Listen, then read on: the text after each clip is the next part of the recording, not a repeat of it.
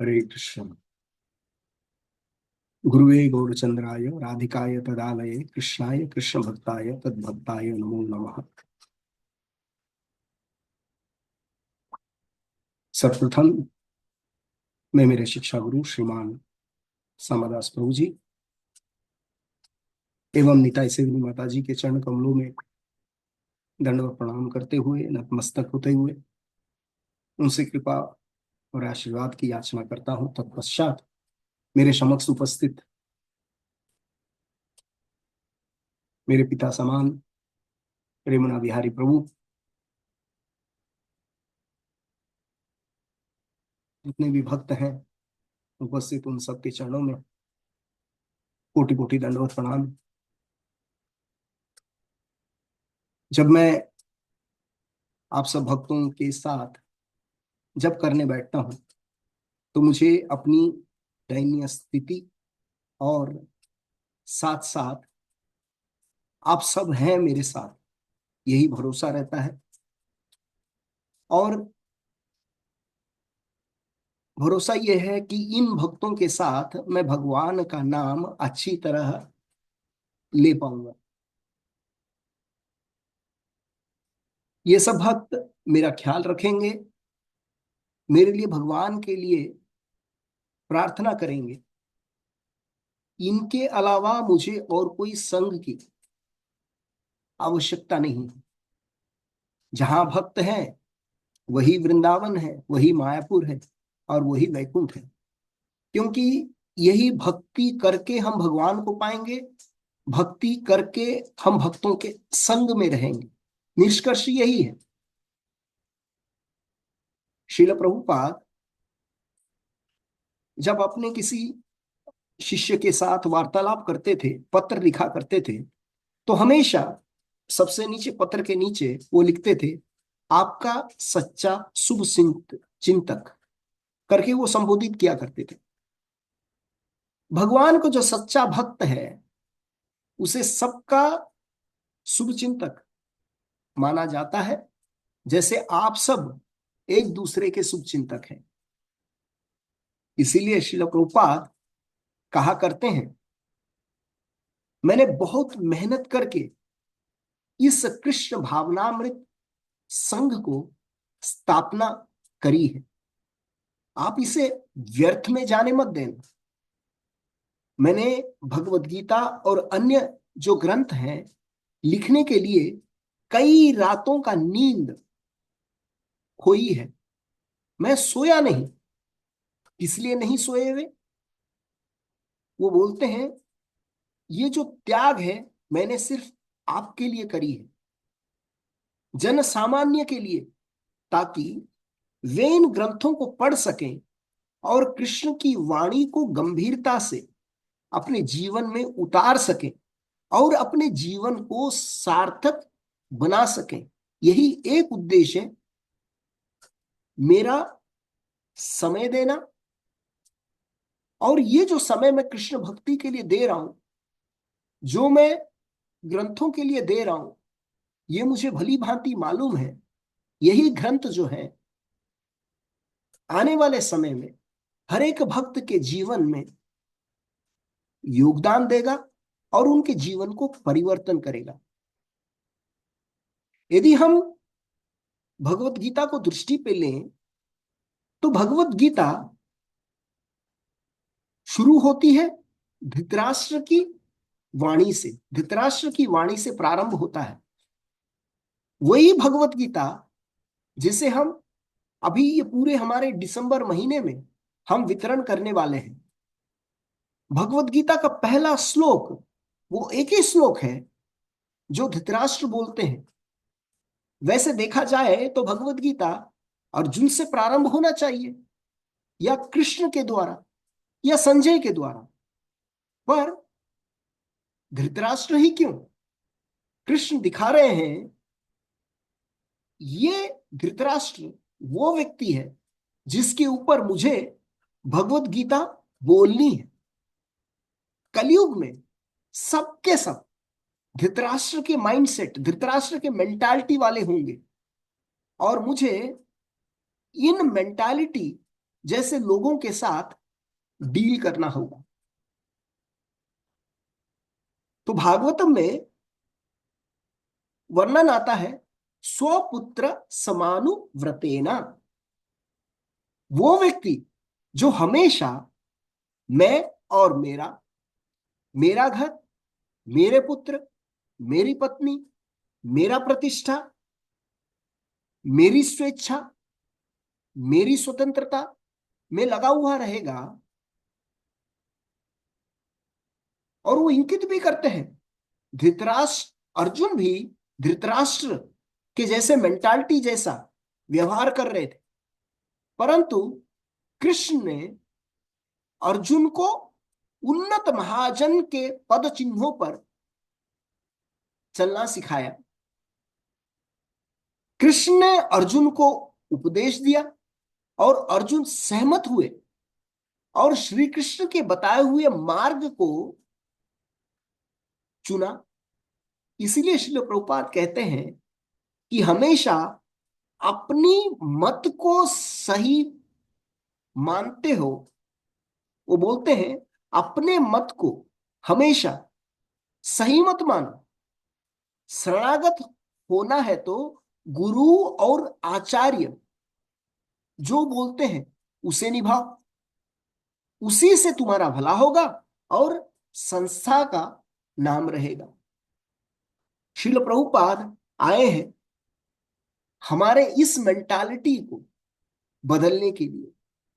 मैं और मेरा से कृष्ण एक शरणम भावना को उत्पन्न करने के लिए, जैसा सूर्य के उदय होने पर अंधकार अपने आप नष्ट हो जाता है, उसी प्रकार जब अमृत शिक्षा की वाणी सूर्य जैसी किरणों शिष्य के जीवन में प्रवेश करती है, तो सारा अभद्र, सारा पापमय प्रवृत्ति, सारा अंधकार नष्ट हो जाता है। एक आचार्य इस भौतिक संसार में बार बार क्यों आते हैं? पाप में मानसिकता की चेतना को ऊपर उठाने के लिए और जीवात्मा को वापस भगवत धाम ले जाने के लिए। भगवत गीता से हमें समझना होगा किस तरह धृतराष्ट्र के 100 पुत्र थे, परंतु महाभारत के युद्ध में सारे पुत्र एक एक करके उनके सामने मरते गए। एक पिता के लिए इससे बढ़कर दुखद अवस्था क्या होगी? जिस संतान के लिए सारा जीवन पाप योजना करी, वो पुत्र ही नहीं रहे। हम सब भी अपने शरीर, अपने परिजन के प्रति कितने आसक्त रहते हैं। क्या हमारा आसक्ति उन सब को काल के प्रभाव से, समय के प्रभाव से बचा सकता है?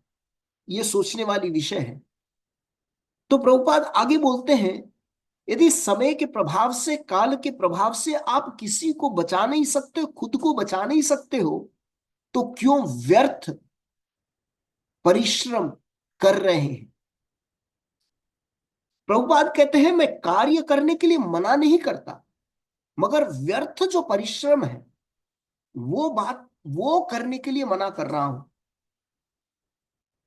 यदि हम विचार करें, धृतराष्ट्र अपने जीवन भर असत कार्य करने वालों की समर्थन किया। इसका मतलब क्या हुआ?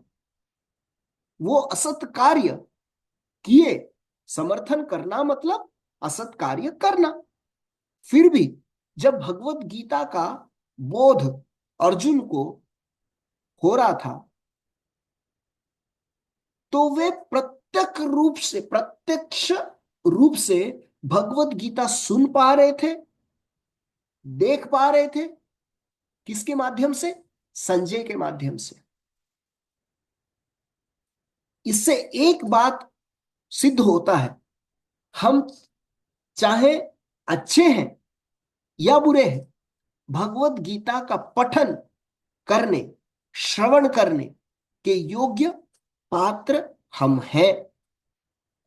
हम जब भगवत गीता वितरण करने के लिए जाते हैं, कई लोगों से हमारा सामना होता है जो कहते हैं, आज मैंने मांस खाया है, मैं आज भगवत गीता छू नहीं सकता। प्रभु मैंने आज क्या बोलते हैं, शराब पिया है, मैं भगवत गीता छू नहीं सकता। देखिए, लोगों का जो चेतना है, मानसिक स्थिति कैसी है, वे जानते हैं कि भगवत गीता एक पवित्र ग्रंथ है। भले भगवत गीता को भगवान के रूप में ना माने, मगर वो इतना तो समझते हैं कि भगवत गीता एक पवित्र ग्रंथ है और इस ग्रंथ को मलिन अवस्था में छूना नहीं चाहिए, ये उनका कल्पना है। जबकि भगवत गीता में ऐसा कहीं वर्णन नहीं है, ना किसी शास्त्र में ऐसा वर्णन है कि जो है अछूत अवस्था में या मलिन अवस्था में हम उसको छू नहीं सकते। भगवत गीता को कोई भी किसी भी अवस्था में अपने जीवन में उपयोग में ला सकता है। अर्जुन पहला व्यक्ति था भगवत गीता सुनने में, दूसरा व्यक्ति था संजय, और तीसरा व्यक्ति था धृतराष्ट्र। जरा सोचिए, जब धृतराष्ट्र इतने पाप कर्म करने के बाद भी भगवान के मुख निश्रुत वाणी को वो सुन पा रहे थे, इसका मतलब उन्होंने अपने जीवन में कितना सुकृति या कितना आशीर्वाद पाया होगा कि वो प्रत्यक्ष रूप से भगवान की इस वाणी को श्रवण कर पा रहे थे। अर्जुन का परिवर्तन हुआ सुन के, संजय का परिवर्तन हुआ सुन के, परंतु धृतराष्ट्र का परिवर्तन नहीं हुआ। भौतिक दृष्टि से देखो तो अर्जुन पास हुए, संजय पास हुए, परंतु धृतराष्ट्र फेल हुए। यदि हम अपने आप को इस स्थान पे रखें, हम भी अपना जीवन भर स्वपुत्रान समानुव्रतेना, हमेशा मैं और मेरा, मेरा घर, मेरे पुत्र, मेरी पत्नी, मेरी प्रतिष्ठा, मेरी स्वेच्छा, मेरी स्वतंत्रता, मेरी मेरी मेरी में लगे हुए रहते हैं। तो क्या हम फेल हुए या पास हुए? हमारा जो इवैल्यूएशन है, मूल्यांकन कौन करेगा? इसलिए भगवान को जो सच्चा भक्त है उसे सबका शुभ चिंतक माना जाता है। हमारे जीवन में भी कोई भक्त आया था जिसने हमारे जीवन के प्रवाह को मोड़ दिया या रोक दिया, हमें भगवत गीता दिया, भक्ति क्या है ये बताया, कैसे भक्ति करनी है ये हमें सिखाया। जब तक हम भक्ति में जुड़े नहीं या जुड़ नहीं जाते, वो हमारा पीछा पड़ा या पीछे पड़ी, तो ये श्रेय हम किसको देंगे? ऐसा तो नहीं कि रात को हम सोए थे, भगवान कृष्ण स्वयं जो है हमारे स्वप्न में आते हैं और उन्होंने बोला, मेरे प्रिय बेटे, मेरे प्रिय बेटी, देखो मैं तुम्हारे सामने खड़ा हूं, मैं कृष्ण, वो आराध्य भगवान व्रजेश नंदन, वो मैं नंद नंदन, यशोदा नंदन, देवकी नंदन, मैं तुम्हारे सामने खड़ा हूं, तुम क्वालिफाइड हो भगवत गीता के लिए, उठो हे वत्स, हे पुत्र। ऐसा तो नहीं हुआ कि देखो मैं तुम्हें अपने मोबाइल में मैं लिंक भेज रहा हूं, यहाँ राधा दामोदर मंदिर है, चले जाना, रास्ता भी ऐसा है, मैं तुम्हारे बैंक अकाउंट में पैसे भी डाल देता हूं, चले जाना, सुगम। ऐसा नहीं हुआ। एक भक्त हमारे जीवन में आए, हमारे भक्त को, हमारे जीवन को इंटरवीन किए। धृतराष्ट्र जीवन भर अपने संतान को खुश रखने के लिए दूसरों के ऊपर कष्ट ढाता गया। इतना तक हुआ जब दुर्योधन ने महात्मा विदुर को घर से बाहर निकालने के लिए कहा, तब धृतराष्ट्र ने प्रतिरोध नहीं किया। वो चुपचाप महात्मा विदुर को जाते हुए देख पा रहे थे। मगर देखिए, यहां भक्त क्यों शुभचिंतक है? क्योंकि जब महात्मा विदुर को मैत्रेय मुनि का संगति हुआ और मैत्रेय मुनि से पता चला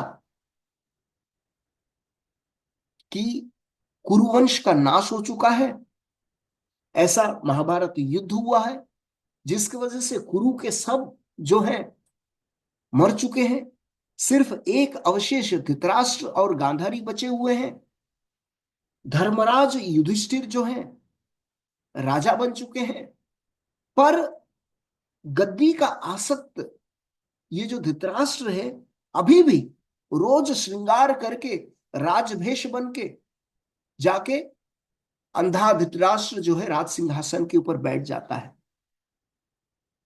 तो महात्मा विदुर कृपावश हस्तक्षेप करते हैं,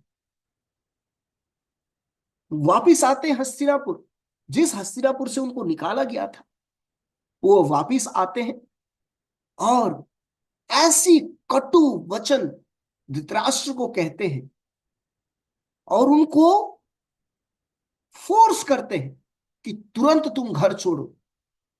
ये एक आदेश देना जैसा हुआ। धृतराष्ट्र और माता गांधारी घर का त्याग करते हैं और स्वर्गारोहण के लिए निकल पड़ते हैं। श्रील प्रभुपाद के जीवन में हम दो चीजों को समझ सकते हैं, या दो चीजों को हमें समझने की प्रयास करना होगा। एक, अपने गुरु के प्रति संपूर्ण पूर्ण निष्ठा। दूसरा, कृष्ण एक शरणम, पूर्ण रूपेण शरणागति। गुरु के प्रति निष्ठा और कृष्ण के प्रति पूर्ण रूपेण शरणागति। इस गुण को डिवोशनल सर्विस में प्योर ऑर्नामेंट कहा जाता है।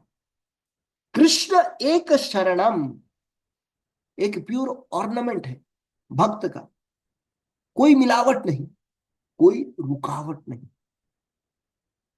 श्रील परम पूज्य भक्ति सिद्धांत सरस्वती ठाकुर महाराज कहते हैं, कृष्ण एक शरणम जो भगवान को अति प्रिय है, इसके साथ साथ भक्त का एक और गुण जो है भगवान को आकर्षित करता है, वो गुण है भक्त का विनम्रता, या उसको कह लीजिए अमानित्व।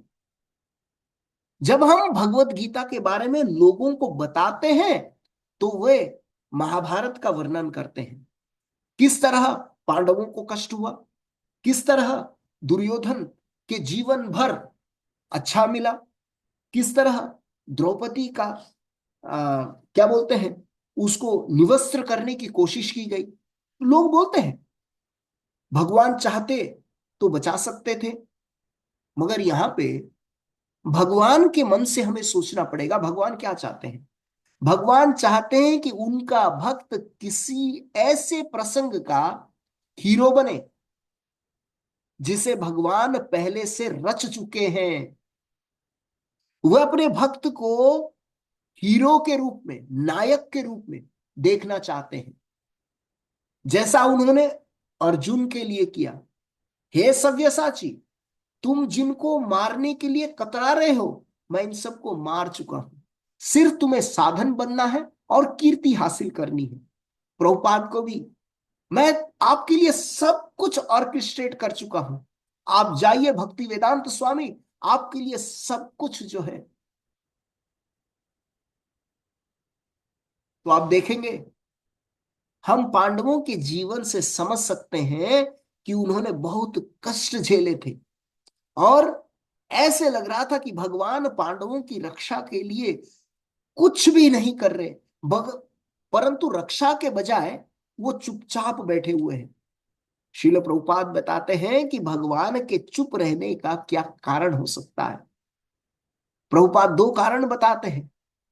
भगवान अपने भक्त पांडवों के प्रति कौरवों के अन्याय को इस हद तक क्यों सहन किए कि द्रौपदी का अपमान किया गया, जो द्रौपदी के लिए मृत्यु से बढ़कर था।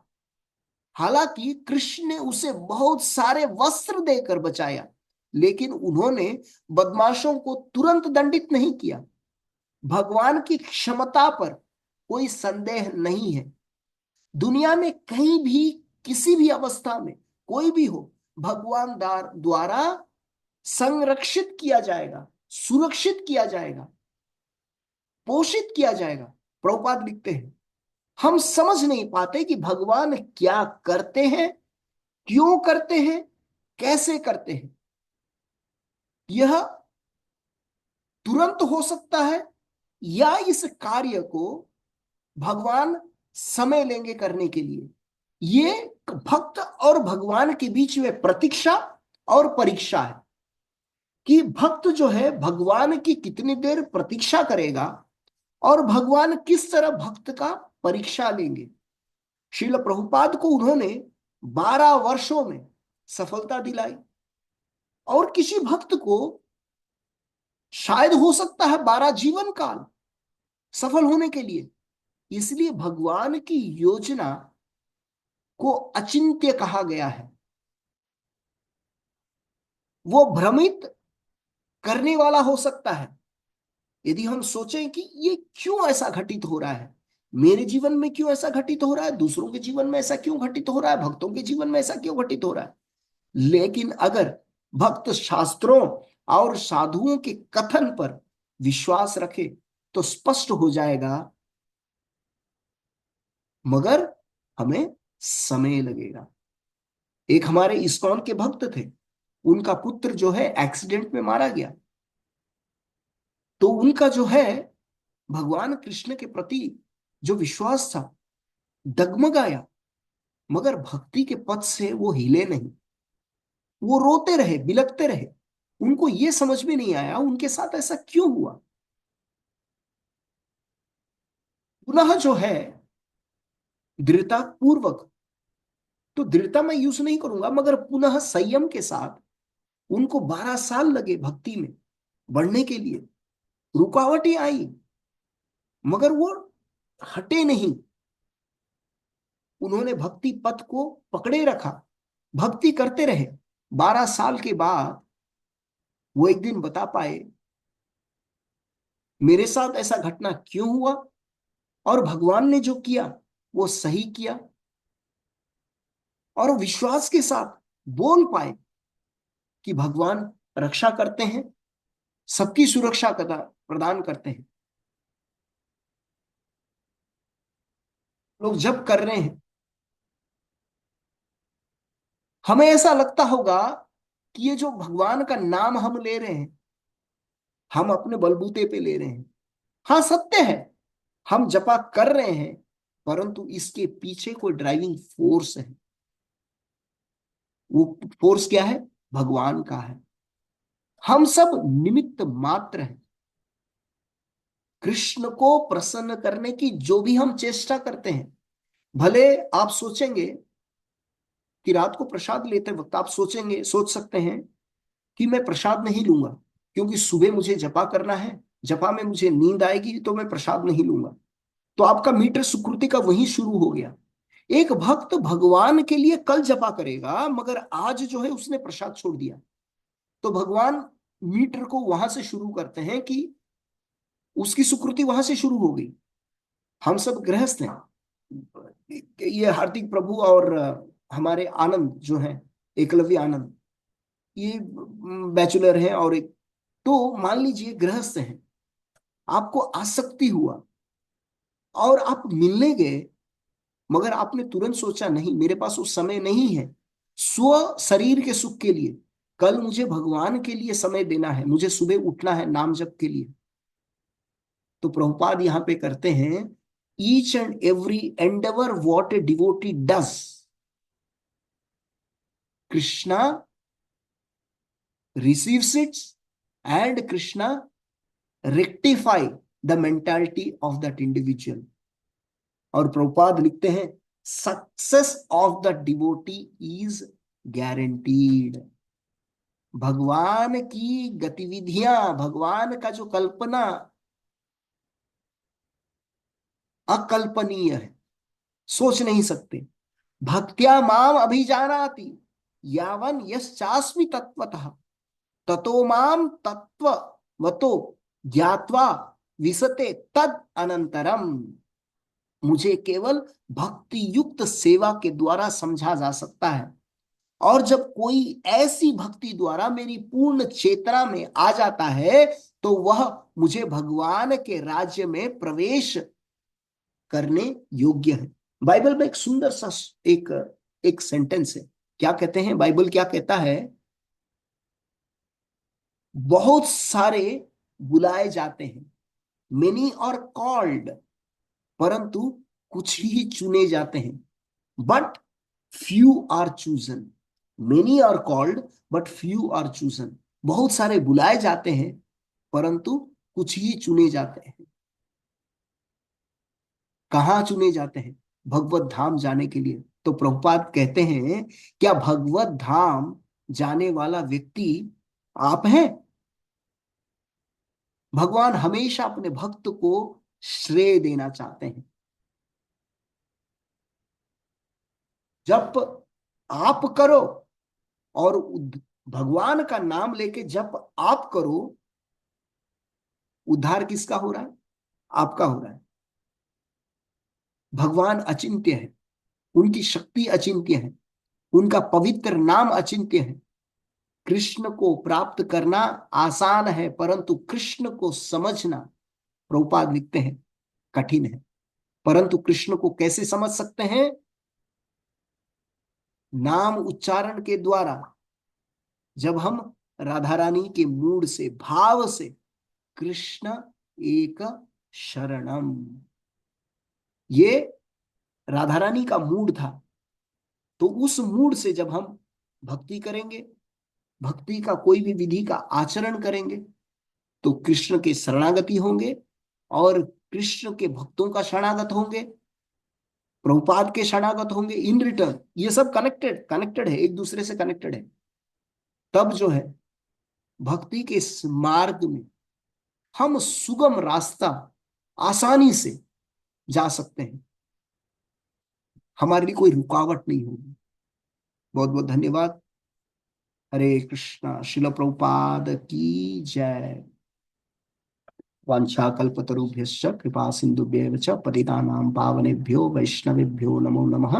अनंत कोटि वैष्णव वृंद की जय। शिल प्रभुपाद की जय।